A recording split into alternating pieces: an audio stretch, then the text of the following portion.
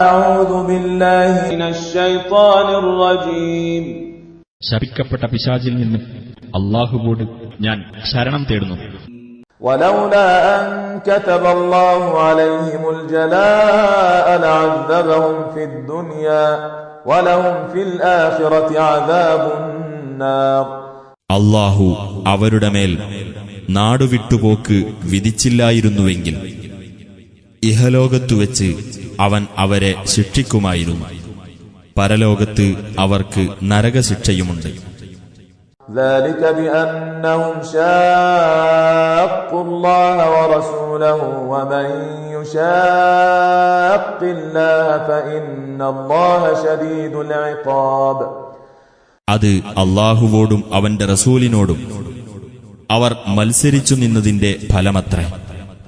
വല്ലവനും അല്ലാഹുവുമായി മത്സരിക്കുന്ന പക്ഷം തീർച്ചയായും അല്ലാഹു കഠിനമായി ശിക്ഷിക്കുന്നവനാകുന്നു.